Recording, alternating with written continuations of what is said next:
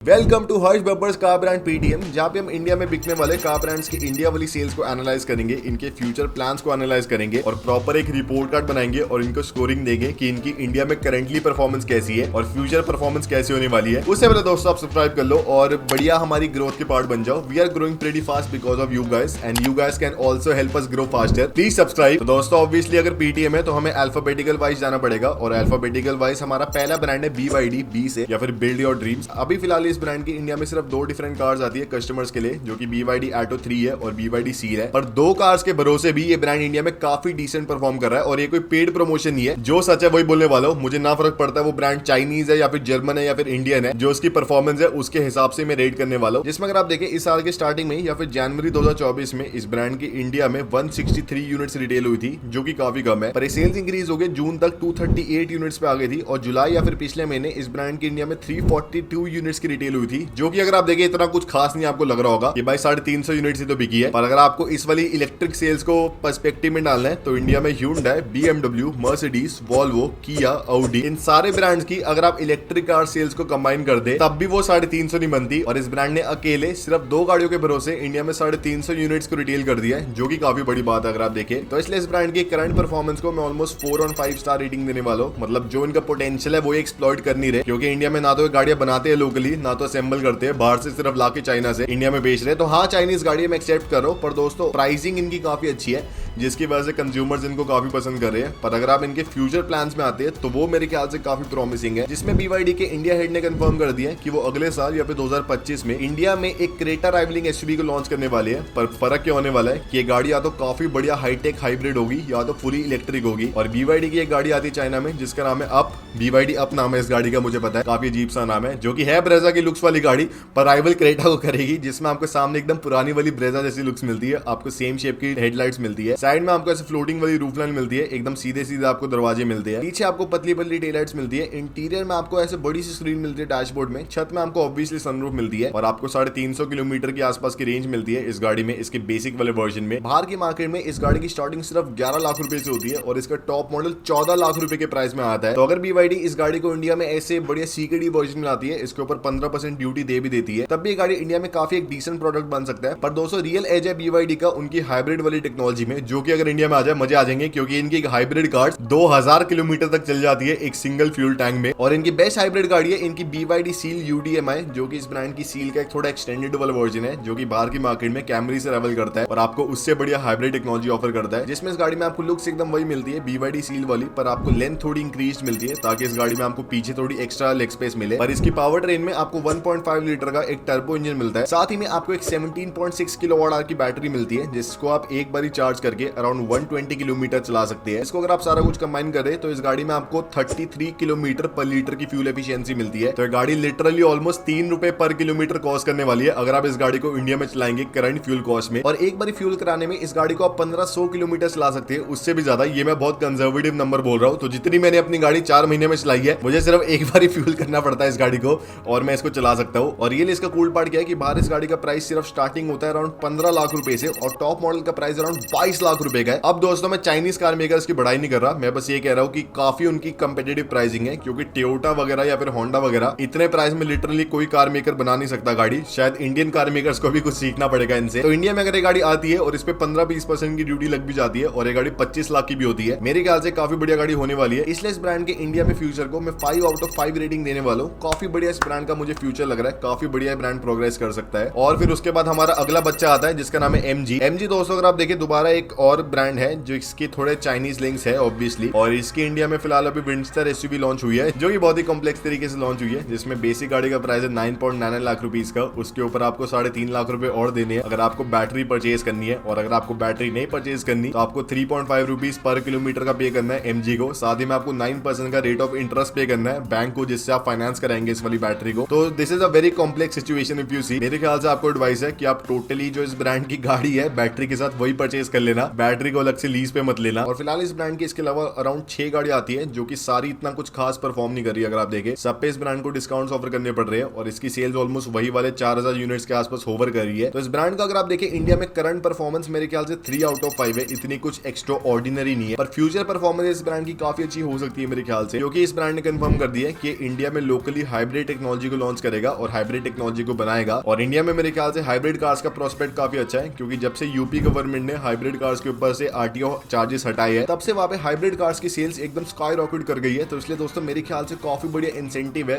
MG के पास भी बढ़िया बढ़िया हाइब्रिड कार्स को लॉन्च करने का। और अभी दोस्तों अगर आप देखें कुछ कंफर्म नहीं है कि इस ब्रांड की कौन सी हाइब्रिड गाड़ी इंडिया में लॉन्च हो सकती है, पर एमजी ने एक चीज और कंफर्म कर दी है कि अपना एक सब ब्रांड, एक लग्जरी सब ब्रांड को इंडिया में लॉन्च करने वाले 2025 में, जिसका नाम है एमजी सिलेक्ट। तो जैसे आपको मारुति में ऐसे मिलता है ना नेक्सा वाली डीलरशिप अलग से, जिसमें थोड़ी प्रीमियम कार्स होती है मारुति की, जो कि होती टेक्निकली सेम ही है, थोड़ी प्रीमियम होती नहीं है, ऐसे आपको एमजी सिलेक्ट मिलने वाला है, जिसमें स्टार्टिंग में एमजी 2 डिफरेंट कार्स को लॉन्च करेंगे और दोनों मुझे बहुत ही अच्छी लग रही है। एक तो ये ब्रांड अपनी एमजी साइबर स्टार को लॉन्च करेगा जो कि इंडिया की सबसे अफोर्डेबल 2 डोर कार होगी और आपको लिटरली इस गाड़ी में 2 करोड़ वाली परफॉर्मेंस मिलेगी कुछ लाखों की प्राइस में। इस एमजी साइबर स्टार का अगर आप फ्रंट में देखें तो आपको बहुत ही बढ़िया लुक्स मिलती है, काफी अच्छा डिजाइन है, जिसमें आपको बढ़िया बढ़िया हेडलाइट्स मिलती है, आपको एकदम स्ट्रीमलाइन सा बॉनेट मिलता है, साइड में आपको 19 इंच के लॉज मिलते हैं बेसिक वाले वर्जन में, 20 इंच के मिलते हैं आपको बढ़िया वाले वर्जन में, और एकदम आपको छत ऐसे छोटी सी मिलती है क्योंकि कन्वर्टेबल गाड़ी है। आपको ऐसे चिड़िया वाले दरवाजे मिलते हैं जो कि ऐसे साइडों से खुलते हैं, पीछे बहुत ही बद्दी लुक्स है अगर आप देखें, मतलब इतनी बद्दी नहीं है, पर आपको एरो वाला डिजाइन मिलता है इसकी टेलर्स में, जो कि मुझे अच्छा नहीं लग रहा। इंटीरियर में आपको ऐसे बहुत ही कॉम्प्लेक्स सा कॉकपिट मिलता है जो कि पूरा ड्राइवर ओरिएंटेड है,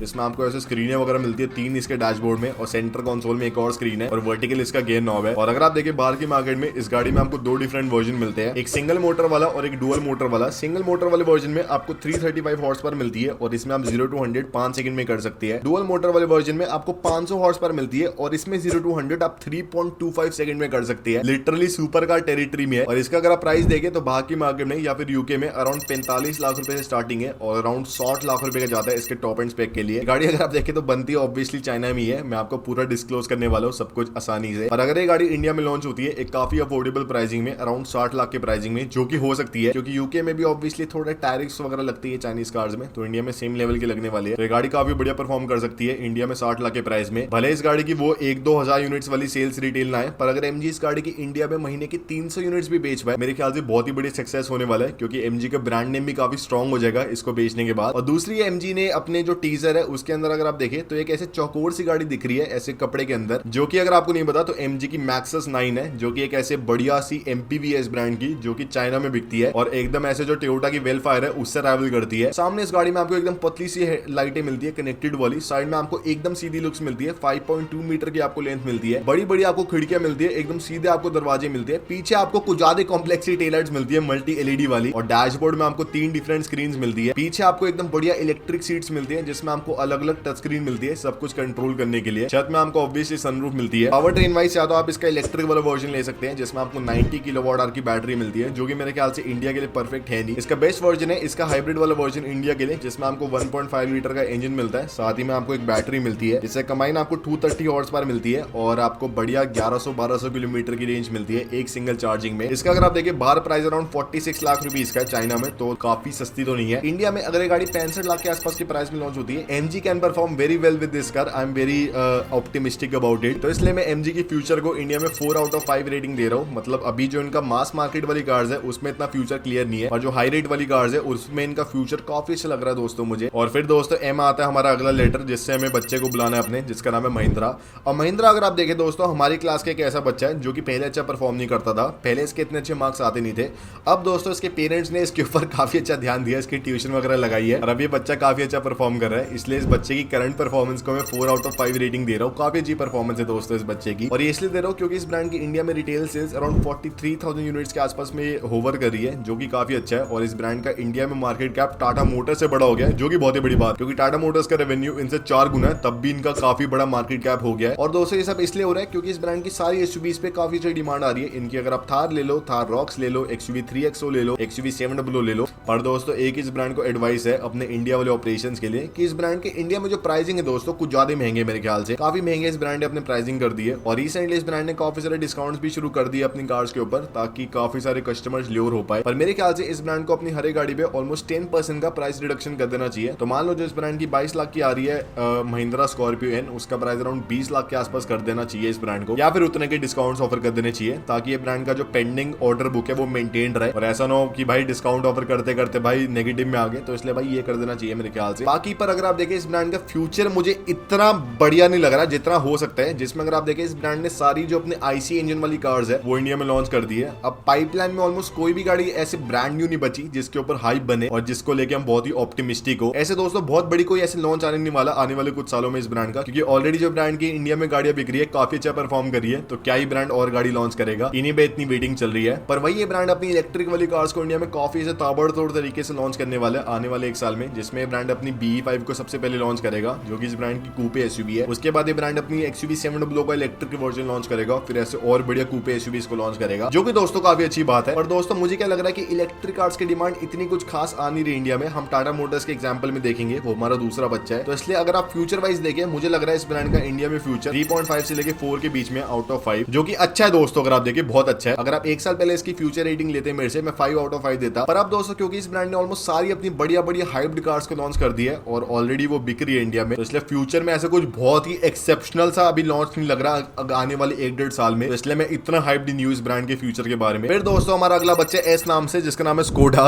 और स्कोडा दोस्तों काफी एक्साइटिंग है मेरे ख्याल से इंडिया में। फिलहाल अगर आप देखें इस ब्रांड की इंडिया में परफॉर्मेंस 2 आउट ऑफ 5 है, बहुत ही बेकार परफॉर्मेंस है। ये बच्चा दोस्तों काफी अच्छा ट्राई कर रहा है इंडिया में एक्सेल करने का, इंडिया में बढ़िया परफॉर्म करने का, पर दोस्तों बच्चा कर नहीं पा रहा अगर आप देखें, क्योंकि इस ब्रांड ने पिछले महीने इंडिया में 2772 यूनिट्स को रिटेल करा, जो कि 36% कम है एज कम्पेयर टू पिछले साल के सेम महीने में। तो इस ब्रांड की सेल्स रिड्यूस हो रही है, और जो इसकी बहन है जो कि फोक्सवैगन है वो भी सेम क्लास में पड़ती है दोस्तों, तो उसकी कंबाइन अगर आप करके देखें तो इस ब्रांड की इंडिया में 6,500 यूनिट्स के आसपास बिक रही है एक सिंगल महीने में, जो कि एक टाइम में 8,500 यूनिट्स बिक रही थी। तो दोस्तों सेल्स तो थोड़ी कम हो गई है इस ब्रांड की, जबकि इस ब्रांड का इंडिया में पोटेंशियल है 20,000 यूनिट्स की रिटेल करने का काफी आसानी से। पर दोस्तों बच्चा अगर आप देखें अपनी मेहनत भी थोड़ी कम ही करता है, जिसमें इस ब्रांड की इंडिया में 2 डिफरेंट फैक्ट्रीज है जिनकी combined output around 2 lakh cars का है, और जिसमें से 1 लाख गाड़ियां तो ब्रांड इंडिया में लोकली बेच देता है। अब थोड़ी कम बेच रहा है क्योंकि सेल्स कम हो गई है, और बाकी आधी गाड़ियां ब्रांड बाहर एक्सपोर्ट कर देता है, तो जो इनकी पूरी कैपेसिटी है यूटिलाइज हो रही है। ऐसे नहीं इस ब्रांड को इंडिया में अपनी गाड़ियां बेच के लॉस हो रहा है, क्योंकि एक्सपोर्ट काफी अच्छे हो रहे हैं इंडिया से। और दोस्तों इसके ऊपर थोड़ा अच्छा करके ये ब्रांड इंडिया में और इन्वेस्ट करने वाला है, अराउंड 15,000 करोड़ की इन्वेस्टमेंट करने वाला है आने वाले महीनों में, ताकि ब्रांड इंडिया में और बढ़िया कार्स को प्रोड्यूस कर पाए और बाहर एक्सपोर्ट कर पाए। तो इसलिए अगर आप देखें इंडिया में इस ब्रांड की फ्यूचर रेटिंग मेरे ख्याल से 4.5 आउट ऑफ 5 स्टार की है मेरे ख्याल से, जो कि मैं बताता हूँ क्यों है। सबसे पहले अगर आप देखें ये ब्रांड अपनी इंडिया में काइलैक को लॉन्च करने वाला है, जो कि इस ब्रांड की एक ऐसे सब 4 मीटर गाड़ी होने वाली है, जिसमें आपको स्कोडा की परफॉर्मेंस और आपको प्रीमियमनेस मिलेगी वेन्यू के प्राइस में या फिर उससे थोड़े एक्स्ट्रा प्राइस में। और काइलैक स्कोडा की पहली गाड़ी होगी जो कि स्कोडा की नई डिजाइन थीम के ऊपर बेस होगी, जिसमें आपको एकदम कनेक्टेड सी लाइटें मिलेगी और आपको हाईटेक सी लुक्स मिलेगी। इस गाड़ी का इंडिया में लॉन्च 2025 के फर्स्ट क्वार्टर में होने वाला है, तो काफी जल्दी इस गाड़ी का लॉन्च होने वाला है। साथ ही में अगर आप देखें तो स्कोडा ने कंफर्म कर दिया कि वो अपने कोडिया को इंडिया में लॉन्च करेंगे। कोडिया के बारे में मैं इतना ऑप्टिमिस्टिक क्यों हूं, क्योंकि फॉर्च्यूनर वाले सेगमेंट में फॉर्च्यूनर खुद की सेल्स अराउंड 6 महीने में 30% से डिक्लाइन हो गई है, जहां एक महीने 3600 यूनिट्स बिक रही थी अब सिर्फ 2300 यूनिट्स बिक रही है, और बाकी जो सारी गाड़ियां सेगमेंट की वो ऑलमोस्ट डेड है, ऑलमोस्ट कोई भी नहीं बिक रही। स्कोडा के पास एक काफी बढ़िया पोटेंशियल है अपनी कोडिया की काफी बढ़िया सेल्स निकालने का इंडिया में, क्योंकि एक तो ये गाड़ी एकदम नई है जिसमें आपको सामने एकदम नई लुक्स मिलती है, साइड में आपको एकदम नई लुक्स मिलती है ऑडी Q7 वाली, और इंटीरियर में आपको बड़ी 13 इंच की स्क्रीन मिलती है, छत में आपको सनरूफ मिलती है, और आपको बढ़िया परफॉर्मेंस मिलती है इसके 2.0 लीटर TSI इंजन से। और स्कोडा के हेड ने कह दिया कि शायद वो इसका डीजल वाला वर्जन भी इंडिया में लॉन्च करेंगे। बस मेरी एडवाइस क्या है स्कोडा को कि अगर वो डीजल वाले वर्जन को इंडिया में लोकली बना पाए और 4-5 लाख रुपए महंगे प्राइस में बेचे एज कम्पेयर टू पेट्रोल वाला वर्जन, और फॉर्च्यूनर वाले प्राइस में बेच दे, मेरे ख्याल से स्कोडा की कोडिया काफी बढ़िया परफॉर्म कर सकती है। बस स्कोडा को डीजल वाला ऑप्शन दोबारा इंडिया में लॉन्च करना है और थोड़ी सही प्राइसिंग रखनी है इस गाड़ी को इंडिया में बना के। अगर स्कोडा एक और बार रिस्क ले लेंगे मेरे ख्याल से बहुत अच्छा होने वाला है। साथ ही में इस ब्रांड ने कंफर्म कर दिया कि अपनी नई वाली ऑक्टाविया को ये ब्रांड इंडिया में लॉन्च करेगा। उसका इंजन थोड़ा छोटा हो जाएगा 1.5 लीटर वाला, पर लॉन्च करेगा। और साथ ही में स्कोडा के हेड ने और कंफर्म कर दिया कि वो इंडिया में हाइब्रिड पावर ट्रेन्स को लॉन्च करेंगे, जिसमें इस ब्रांड की हाइब्रिड पावर ट्रेन्स बाहर आती है इसके डीजल में और पेट्रोल में, जिससे आपको अराउंड 20-25 kmpl की एवरेज मिलती है और आपको 200-250 हॉर्स पावर मिलती है। डीजल में आपको 260 हॉर्स पावर मिलती है, तो काफी बड़ी चीज है दोस्तों। साथ ही में इस ब्रांड ने कह दिया कि अपनी 2 इलेक्ट्रिक कार्स को इंडिया में लॉन्च करेंगे अगले साल, जो कि मैं बिल्कुल भी ऑप्टिमिस्टिक हूं नहीं, उनकी सेल्स इतनी कुछ खास होनी नहीं वाली, पहले आपको बता रहा हूं। तो दोस्तों स्कोडा का मुझे काफी डिसेंट ऑप्टिमिज्म लग रहा है, काफी अच्छा फ्यूचर लग रहा है, इसलिए मैंने 4.5 स्टार की रेटिंग दी है आउट ऑफ 5। तो इसलिए दोस्तों ठीक है मेरे ख्याल से। और वही दोस्तों अब हमारा अगला बच्चा आता है टी नाम से, जो कि टाटा।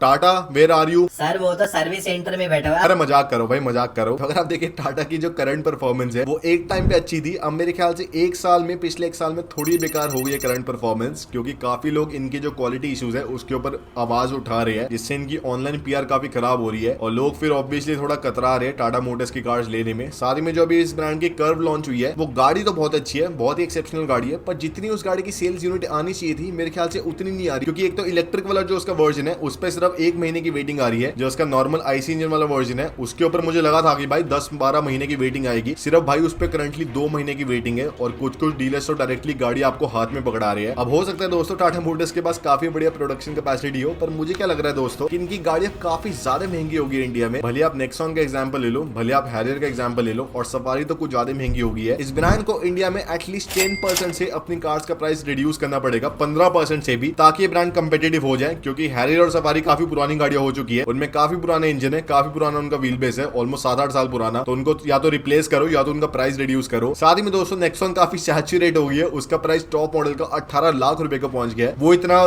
डिजर्व नहीं करती मेरे ख्याल से प्राइसिंग, तो उस पर थोड़ा ध्यान देना चाहिए और अपने क्वालिटी कंट्रोल पे भी ध्यान देना चाहिए दोस्तों, क्योंकि ऑनलाइन इनकी पीआर काफी खराब हो रही है रिसेंटली। मेरे ख्याल से अपनी थोड़ी सर्विस की क्वालिटी बढ़ाओ, आप बहुत ही अच्छी ब्रांड हो, काफी अच्छा परफॉर्म कर सकती हो। और इनका अगर आप फ्यूचर पोटेंशियल देखें तो मेरे ख्याल से 3 स्टार आउट ऑफ 5 है। अब मैं ये क्यों कह रहा हूँ, क्योंकि इस ब्रांड ने ऑलमोस्ट सारी अपनी गाड़ियां लॉन्च कर दी है इंडिया में, जो कि इस ब्रांड ने एंटीसिपेट किया था 2020 से पहले आईसी इंजन वाले डिपार्टमेंट में। तो अब ऑलमोस्ट इस ब्रांड की सैचुरेशन आ गई है इसकी लाइनअप में, जैसे महिंद्रा की आ गई है। इसमें बुराई नहीं है दोस्तों कुछ, पर इस ब्रांड ने लॉन्च कर दिया है। एक इस ब्रांड का बढ़िया लॉन्च है जो कि अगले साल या फिर उसके अगले साल होगा, जो कि टाटा सिएरा का है, जो कि ऐसे बढ़िया इस ब्रांड की लाइफस्टाइल एसयूवी होगी, जो कि थार रॉक्स वगैरह को राइवल करेगी। अब दोस्तों देखते हैं उस गाड़ी के अंदर क्या बढ़िया होने वाला है, क्या नहीं होने वाला। साथ में दोस्तों अगर आप देखें इस ब्रांड की इलेक्ट्रिक कार्स भी काफी सारी लॉन्च होगी, जो कि हैरियर ईवी है और इनकी सफारी ईवी है। पर दोस्तों उसमें दिक्कत क्या है कि करंटली जो इनकी ईवीज है उनकी ही बढ़िया सेल्स नहीं हो रही, कर्व ईवी की बढ़िया सेल्स नहीं हो रही। जिनकी नेक्सॉन ईवी है उस पर टाटा मोटर्स को 3 लाख रुपए का डिस्काउंट ऑफर करना पड़ रहा है उस गाड़ी की यूनिट्स को मूव करने के लिए। तो इसलिए दोस्तों मुझे क्या लग रहा है, थोड़ा इस ब्रांड को रियलिस्टिक होना पड़ेगा, थोड़ा इस ब्रांड को कस्टमर को जानना पड़ेगा। दोबारा जो ब्रांड के बीच में और कस्टमर के बीच में टच है वो जाता जा रहा है, जैसे पहले एक टाइम पे चला गया था। मेरे ख्याल से टाटा मोटर्स को रिवाइव करना चाहिए अपना टच, ताकि वो मार्केट में बढ़िया बने रहे। और लास्ट में दोस्तों एक बोनस ब्रांड है जिसका नाम है जीप, जो कि दोस्तों पहले आया नहीं था पीटीएम में, पिछली बारी वाली पीटीएम में आया नहीं था, तो मैंने इसको पनिशमेंट देने के लिए इसके पेरेंट्स को रुकवा के रखा है